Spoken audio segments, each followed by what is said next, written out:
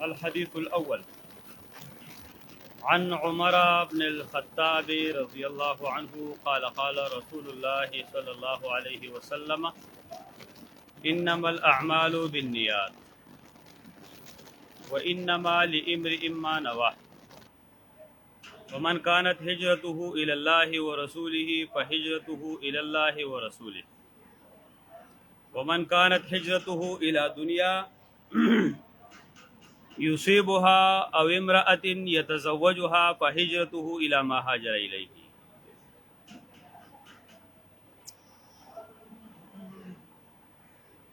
سب سے پہلے امام خطیب تبریزی رحمہ اللہ نے اپنی کتاب میں حدیث عمر بن الخطاب نقل فرمایا. یہ بڑی عظیم شان حدیث ہے.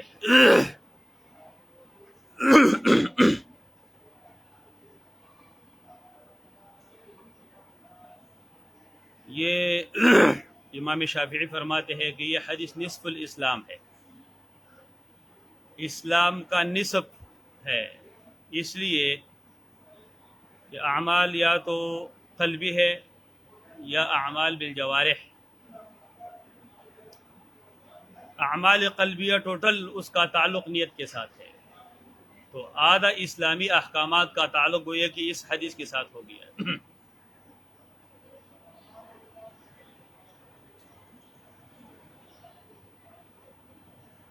امام شافعی اور امام احمد بن حنبل اور امام ابو داؤد سے نقل ہے رحمہم اللہ کہ ٹوٹل دین اسلام جو ہے اس کا دار و مدار 3 احادیث کے اوپر ہے. ایک حدیث یہ ہے عمر بن الخطاب رضی اللہ عنہ کی حدیث، اور دوسری حدیث نعمان بن بشیر ہے صحیح بخاری شریف کے اندر، الحلال بین والحرام بین وبینہما امور مشتبہہ.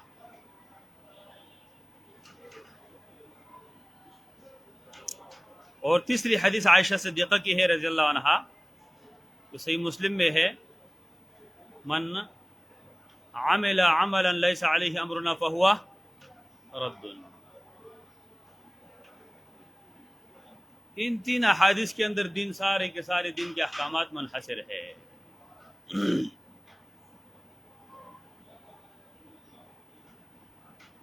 اس لیے اس حدیث کو علماء کتابوں کے شروع میں نقل کرتے ہیں. اس حدیث کو طلیعۃ الکتب کہتے ہیں، کتابوں کے ابتداء میں اسے نقل کیا جاتا ہے، جس طرح بخاری شریف میں بھی ہے، ریاض الصالحین میں بھی ہے، مشکات میں بھی ہے. دیگر احادیث کی کتابوں کے شروع میں سے نقل کیا جاتا ہے تاکہ نیت کی اصلاح ہو، معلم کی بھی اصلاح ہو کہ آپ کا یہ عمل جو تدریس کا عمل ہے یہ بھی ایک عمل صالح ہے، لہذا اس کا دار و مدار نیت پر ہے. اور متعلم کے لیے بھی اس میں تنبیہ ہے کہ جو عمل آپ کر رہے ہو تعلیم دین، تو اس کا تعلق بھی نیت کے ساتھ ہے. نیت میں اخلاص پیدا کرو، دونوں سامع بھی اور قاری بھی، متکلم بھی اور سامع بھی.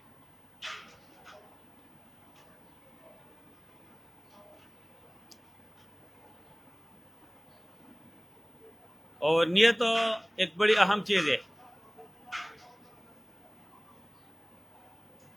عبداللہ بن مبارک فرماتے ہیں رحمہ اللہ،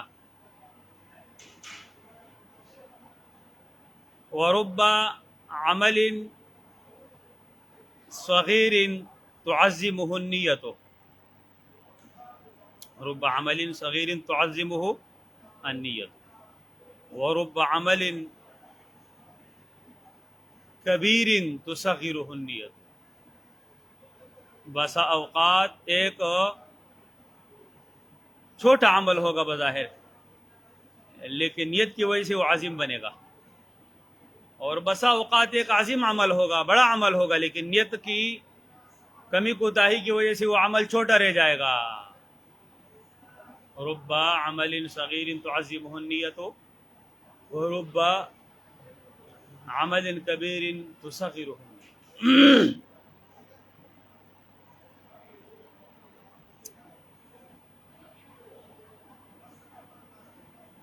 سفیان رحمہ اللہ فرماتے ہیں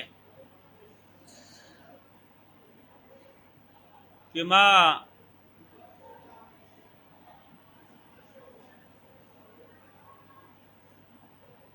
عالجت شیئا اشد علی من النیت. ما عالجت شیئا اشد علی من النیت لأنها تتقلب علی. میں نے نیت سے بڑھ کر کسی عمل کے اندر مشکلات نہیں پائی. نیت میں بڑی مشکلات ہوتی ہے کیونکہ یہ بار بار الٹ پلٹ کا شکار ہو جاتی ہے. کبھی اس طرف ہے نیت تو کبھی اس طرف ہے. ما عالجت شیئا اشد علی من النیت فإنها تتقلب علی. نیت پلٹتی ہے، الٹ پلٹ کا شکار ہو جاتی ہے.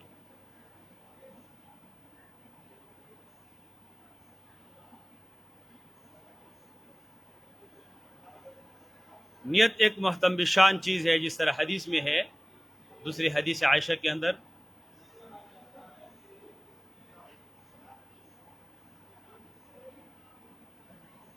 کہ قیامت کے دن لوگ نیتوں کے اوپر اٹھائے جائیں گے.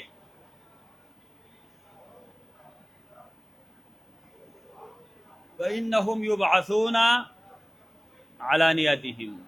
انہیں قیامت کے دن نیتوں کے اوپر اٹھایا جائے گا. جس طرح عائشہ رضی نے کہا تھا یا رسول اللہ، لوگ منہدم کریں گے بیت اللہ شریف کو، تو اس میں تو ایسے لوگ بھی ہوں گے کہ بیچاروں کا کوئی گناہ نہیں ہوگا، وہ بیت اللہ شریف کے انہدام میں شریک نہیں ہوں گے، تو ان کو کیوں پھر زمین کے اندر دنسایا جائے گا. یخسفوا باولہم، شروع سے لے کر آخر تک سب کے سب زمین کے اندر دنسا دیے جائیں گے. تو ان بیچاروں کا کیا گناہ ہوگا جو جانوروں کو ہنکانے کے لیے نوکر شوکر پیچھے سے آ رہے تھے؟ ان کا کیا گناہ ہے؟ بدماشوں کا گناہ ہے نا، جو بیت اللہ کو منہدم کرنے کے لیے آئے تھے. کچھ لوگ ان قافلے کے ساتھ مل کر عمرے کی نیت سے آئے ہوں گے، کچھ لوگ اس قافلے کو سہارا بنا کر کی تجارت کی نیت سے آئے ہوں گے، کیونکہ قافلوں کے ساتھ لوگ جایا کرتے تھے نا. قافلے والے جو بڑے تھے وہ بدماش تھے، وہ بیت اللہ شریف کو منہدم کرنے کے لیے آئیں گے، تو اللہ تعالیٰ اول سے لے کر آخر تک سب کو زمین کے اندر دنسا دیں گے. ہم عائشہ نے فرمایا رسول اللہ، یہ باہر لوگوں کا پھر کیا حال ہوگا؟ بیچاروں کا کیا گناہ ہے جن کو زمین کے اندر دنسایا گیا؟ تاجر کا کیا گناہ ہے؟ معتمر عمرے کرنے والے کا کیا گناہ ہے؟ ان ظالموں نے زبردستی اپنے جانوروں کو کھینچنے کے لیے، ہنکانے کے لیے جو لوگ اٹھائے ہیں نوکر خادم، تو ان کا کیا گناہ ہے؟ تو آپ نے فرمایا قیامت کے دن اپنی نیتوں کے اوپر یہ اٹھیں گے. جو کہ مختلف قافلے میں لوگ ہیں، لیکن جو نیت ہے اس نیت کو اٹھیں گے.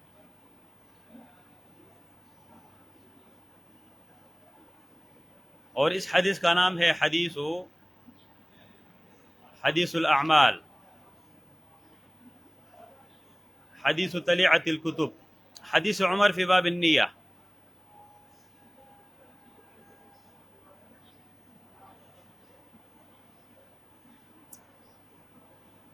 نیت ہر عمل میں شرط ہے، ہر عمل میں شرط ہے، کیونکہ الاعمال بالنیات ہے، اور انما حصر کے ساتھ. بے شک تمام اعمال کا دار و مدار نیتوں کے اوپر ہے. الاعمال جمع ہے اور معرب باللام ہے جو استغراق کے لیے مفید ہے. تمام اعمال کا احاطہ ہے اس حدیث کے اندر. ہر عمل، چاہے وہ صلاۃ کی شکل میں ہو، زکوٰۃ ہو، نماز ہو، صوم ہو، صیام ہو، حج ہو، جہاد ہو، جو بھی عمل ہوگا، اعمال اگر وہ شرعی اعمال ہے تو اس کا دار و مدار نیت کے ساتھ ہے. الاعمال الصالحۃ بالنیات، معنی صحتها بالنیات یا قبولیتها بالنیات. نیتوں کے اوپر اس کی قبولیت موقوف ہے اور صحت موقوف ہے. انما الاعمال.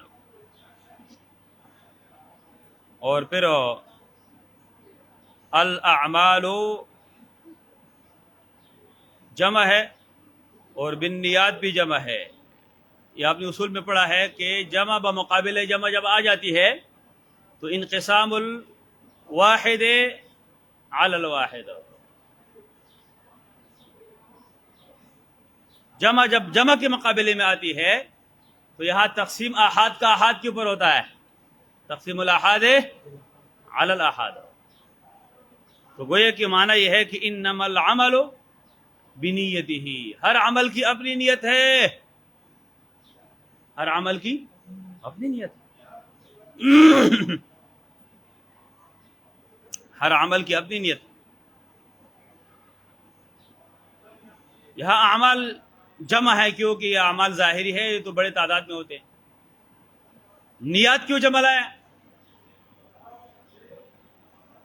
نیات کیوں جمع ہے؟ تو کہتے ہیں نیات کو جمع اس لیے لایا ہے کہ بے اعتبار انواع کے نیتوں کی قسمیں ہیں، نیتوں کے اندر بھی بڑے قسمیں ہیں. یا منویات کے اعتبار سے نیت کو جمع لایا، منویات کے اعتبار سے نیت کو جمع لایا. اور کچھ روایات میں الاعمال بالنیت ہے، مفرد ہے. اس کی کیا وجہ ہے؟ تو اس کی وجہ یہ بیان کیا جاتا ہے کہ نیت کا محل جو ہے وہ واحد ہے کہ جو قلب ہے. جہاں مفرد ہے تو وہ محل کے اعتبار سے مفرد ہے، کیونکہ نیت جو عمل، یہ نیت کا جو محل ہے وہ قلب ہے، قلب واحد ہے، اس لیے نیت کا ذکر وہاں کیا ہے مفرد. جمع ہے جہاں تو منویات کے اعتبار سے جمع ہے، اور جہاں مفرد ہے تو وہ محلی نیت کی وجہ سے، محلی نیت قلب ہے اور وہ واحد ہے مفرد. انما الاعمال بالنیات.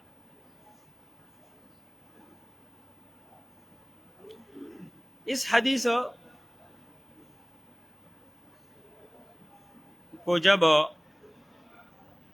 عمر فاروق رضی اللہ عنہ سے نقل ہے،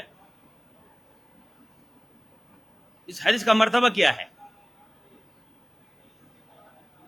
کسی نے کہا ہے اس حدیث کا مرتبہ یہ ہے کہ متواتر ہے.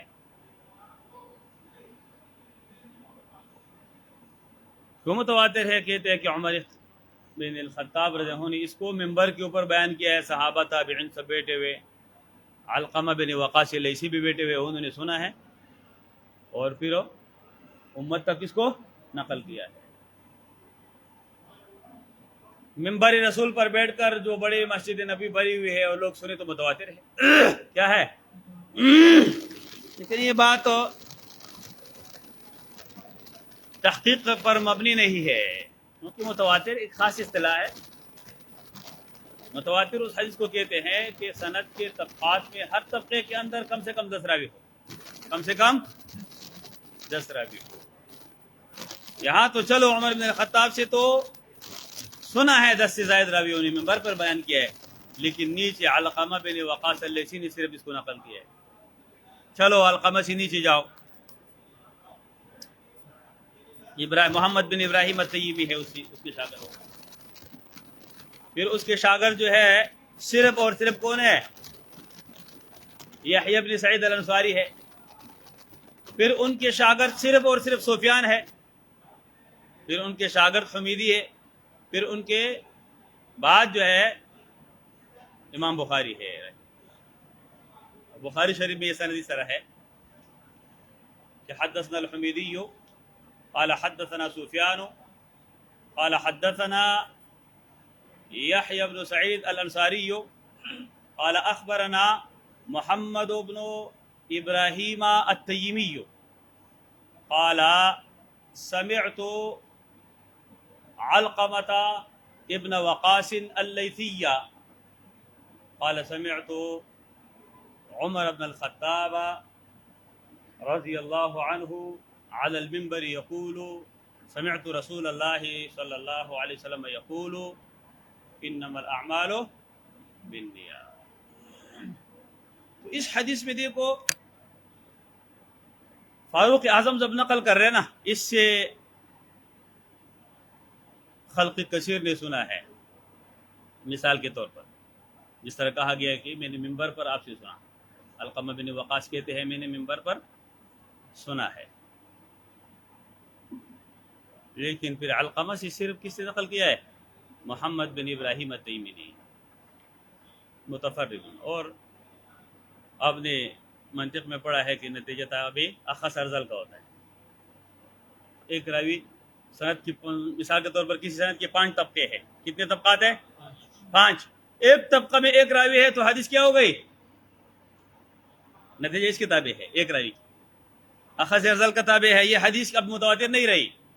سارے طبقات میں 10 راوی ہے، لیکن ایک طبقہ میں ایک راوی ہے تو حدیث خبر واحد ہو گئی. کیا ہو گئی؟ اور خبر واحد میں بھی غریب ہو گئی. کیا ہو گئی؟ روایت الفرد، ایک فرد روایت کرے. اگر سب میں 10 راوی ہے، ایک طبقہ میں کیا ہے؟ 2 راوی ہے، تو نتیجہ تابع اخص ارذل ہے. یہ عزیز حدیث ہے. کیا ہے؟ ٹھیک ہے نا. اور سب راوی زیادہ سے زیادہ ہے. ایک طبقے میں کتنے راوی ہے؟ 3. یہ مشہور ہے. کیا ہے؟ کم سے کم مشہور کے کتنے راوی ہوتے؟ 3.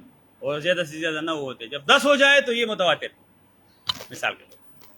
تو یہ حدیث متواتر نہیں ہے، کیونکہ متواتر کے لیے تعین نقل شرط ہے. کتنے افراد؟ سی کہ عمر بن خطاب سے تو پوری مسجد نے سنی ہے، لیکن یہاں تعین ہے کتنے افراد ہیں؟ بتاؤ کس کس نے سنی ہے؟ یا تو صرف علقمہ بن وقاص علیہ بتاتے ہیں رحمہ اللہ کہ سمعت عمر بن الخطاب علی المنبر یقول. نمبر پر آپ نے فرمایا. ٹھیک ہے نا. تو لہذا یہ حدیث متواتر نہیں ہو سکتی. کسی نے کہا مشہور ہے، لیکن مشہور بھی نہیں ہے، کیونکہ آپ نے دیکھا کہ ایک ایک راوی ہے. مشہور میں تو کم سے کم کتنے راوی ہونے چاہیے؟ 3. یہ عزیز بھی نہیں ہے، غریب ہے. کیا ہے؟ غریب ہے. امام بخاری، یہ امام بخاری نے جب نقل کیا ہے، بخاری میں سب سے پہلے اس حدیث کو، صاحب مشکات میں پہلے اس حدیث کو نقل کیا ہے. اس حدیث میں گہرے اشارات ہے، عمیق. ایک اشارہ یہ ہے کہ حدیث کی صحت کے لیے عزیز ہونا شرط نہیں، بلکہ غریب حدیث بھی صحیح ہو سکتی ہے. حدیث غریب بھی صحیح ہو سکتی ہے. جس طرح یہ حدیث غریب ہے لیکن بالکل پایا کی حدیث ہے صحت کے لحاظ سے. ٹھیک ہے. حدیث کے لیے عزازت شرط نہیں ہے، جس طرح کچھ علماء نے کہا ہے کہ حدیث کے لیے کم سے کم عزازت ہو کہ کم سے کم طبقے کے، ہر طبقے کے اندر 2 راوی ہو. نہیں، بھلے ایک طبقے کے اندر 1 راوی ہو، 2 ہو، 2 طبقوں کے اندر 1 راوی ہو، 3 طبقوں کے اندر 1 راوی ہو، لیکن عادل ہو اور تام و ضبط ہو. جس طرح آپ نے سنا کہ حمیدی ہے، سفیان ہے، یحییٰ بن سعید انصاری ہے، ابراہیم تیمی ہے، اور اسی طریقے سے وقاص اللیثی علقمہ ہے، علقمہ بن وقاص اللیثی. سارے ثقات ہے، عادل ہے. تو حدیث کے لیے عزازت شرط، بلکہ غریب حدیث بھی صحیح ہو سکتی ہے. جس طرح یہ ہے، حدیث غریب ہے لیکن صحیح ترین حدیث ہے. بخاری کی سب سے پہلے حدیث ہے. امام بخاری کے سب سے پہلے حدیث اور سب سے آخری حدیث بھی غریب لایا. اشارہ کیا ہے کہ بدأ الاسلام غریبا وسيعود كما بدأ. اسلام غریب ہے. اسلام کیا ہے؟ ابتداءً بھی اسلام غریب تھا، انجہانا تھا، ناشنا تھا، اور اختتامی مراحل میں بھی اسلام ایسے جائے گا یہ کفر کے اصول، قوانین، قواعد اتنے غالب آ جائیں گے کہ مسلمان اسلام کو غریب سمجھیں گے، ناشنا سمجھیں گے، عجیب سمجھیں گے. جس طرح آج کل داڑھی لوگ عجیب سمجھتے ہیں. فاسق فاجروں کا غلبہ ہے تو داڑھی والے لوگ عجیب سمجھتے ہیں. یہ رسول اللہ نے فرمایا ہے، جو رسول اللہ نے فرمایا وہ ہو کے رہے گا. آپ پانچے توڑے سے اٹھاؤ، عورت یہاں تک پنڈلی تک پانچے اٹھائے تو کوئی شرم، کوئی حیا، کوئی تعجب نہیں ہوتا. لیکن اگر مرد نے اٹھائے، جو حکم ہے مردوں کو، تعجب سے دیکھتے ہیں، کہتے ہیں یہ مولوی صاحب ہے. کون ہے؟ مولوی صاحب ہے. یہ شرم کی انتہا، بے شرمی کی انتہا ہے، بے حیائی کی انتہا ہے معاشرے کے اندر. وَسَيَعُودُ كَمَا بَدَأَ. جس طرح اسلام ابتداءً غریب تھا، لوگ اسے عجیب سمجھتے تھے، تو انتہا میں بھی لوگ اسے غریب سمجھیں گے. صحیح یہ ہے کہ یہ خبر واحد ہے. الاعمال بالنیات والی حدیث کیا ہے؟ خبر واحد اور غریب ہے. خبر واحد کی 3 کیٹیگریاں ہے نا، خبر واحد غریب، خبر واحد عزیز اور مشہور.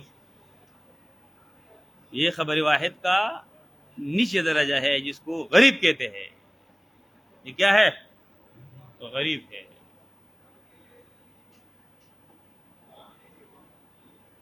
کیونکہ صحابہ میں صرف فاروق اعظم سے نقل ہے روایت اسی الفاظ کے ساتھ. ٹھیک ہے نا؟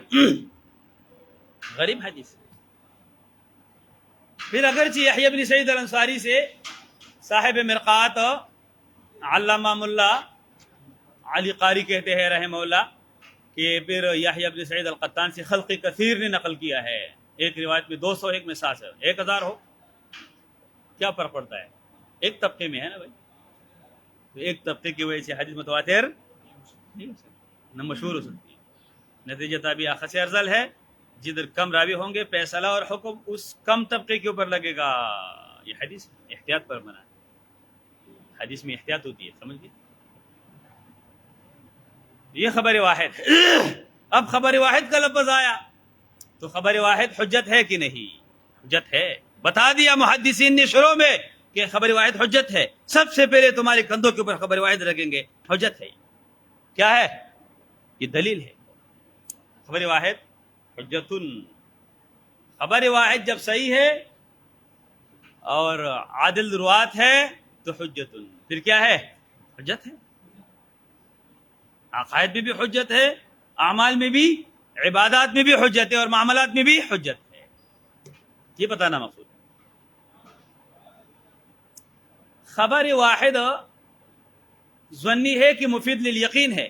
یہ بھی ایک بحث ہے علماء کے اندر کہ خبر واحد جو ہے یہ ظنی ہے کہ نہیں، قطعی ہے یا یقینی ہے.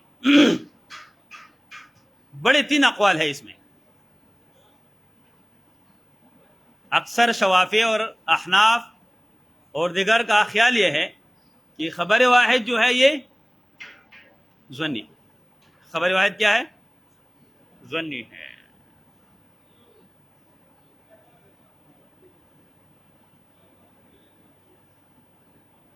لیکن جو احناف کے ساتھ دوسرے علماء ہے جن کا یہ قول ہے کہ خبر واحد ظنی ہے، ان کا اور احناف کے بیچ میں پھر ایک فرق ہے. احناف کہتے ہیں جب خبر واحد ظنی ہے نا تو اس سے عقائد ثابت نہیں ہو سکتے، اس سے فرائض ثابت نہیں ہو سکتے، کیونکہ عقائد اور فرائض کے لیے دلیل قطعی کی ضرورت ہوتی ہے، اور خبر واحد تو ظنی ہے، لہذا اس سے عقائد اور فرائض ثابت نہیں ہو سکتے.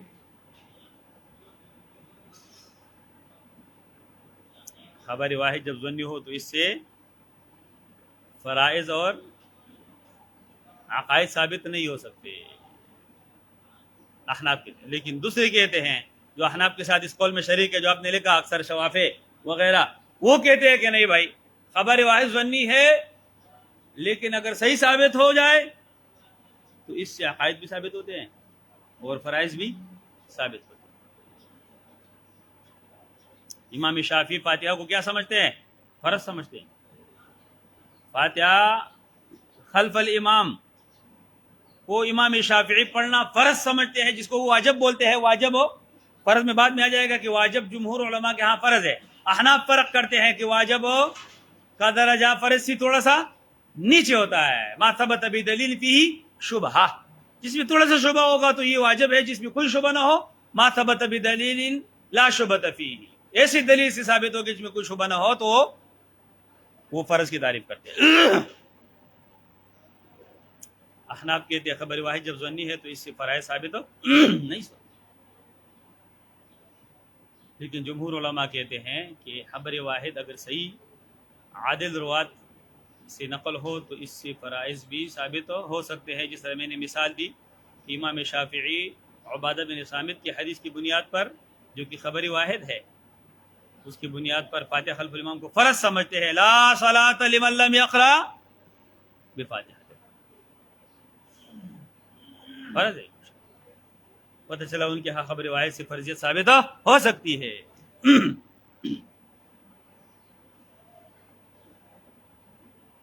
دوسرا قول اس میں امام احمد ابن حنبل اور امام مالک، امام ابن حزم الظاہری وغیرہم کا ہے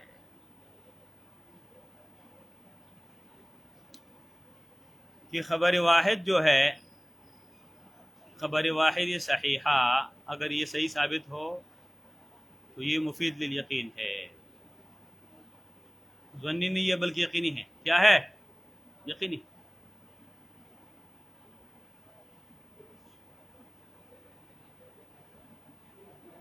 تیسرا قول محققین کا ہے،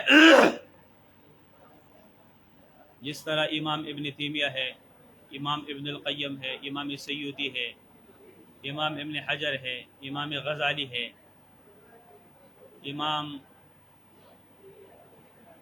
امام الحرمین علامہ جوینی رحمہم اللہ اجمعین، یہ سارے علماء لکھتے ہیں کہ خبر واحد جب محتف بالقرائن ہو، کچھ شرطیں لگاتے ہیں، جب محتف بالقرائن ہو تو یہ مفید للقطع ہے، مفید للیقین ہے، مفید للیقین ہے۔ ان کی دلائل بتائیں گے انشاءاللہ۔ راجح قول یہی ہے کہ خبر واحد جب محتف بالقرائن ہو، جب اس کے ساتھ بڑے قرائن ہو تو پھر یہ مفید۔ محتف بالقرائن کا کیا مقصد ہے؟ محتف بالقرائن کا مقصد یہ ہے کہ ایسا خبر واحد ہو جس طرح صحیحین میں ہے تو مفید للیقین ہے، مفید صحیحین کے تمام اخبار احاد مفید للیقین ہے، اس میں ظن نہیں ہے کیونکہ یہ محتف بالقرائن ہے۔ صحیحین کے اخبار احاد میں کیا قرائن ہے وہ انشاءاللہ بتائیں۔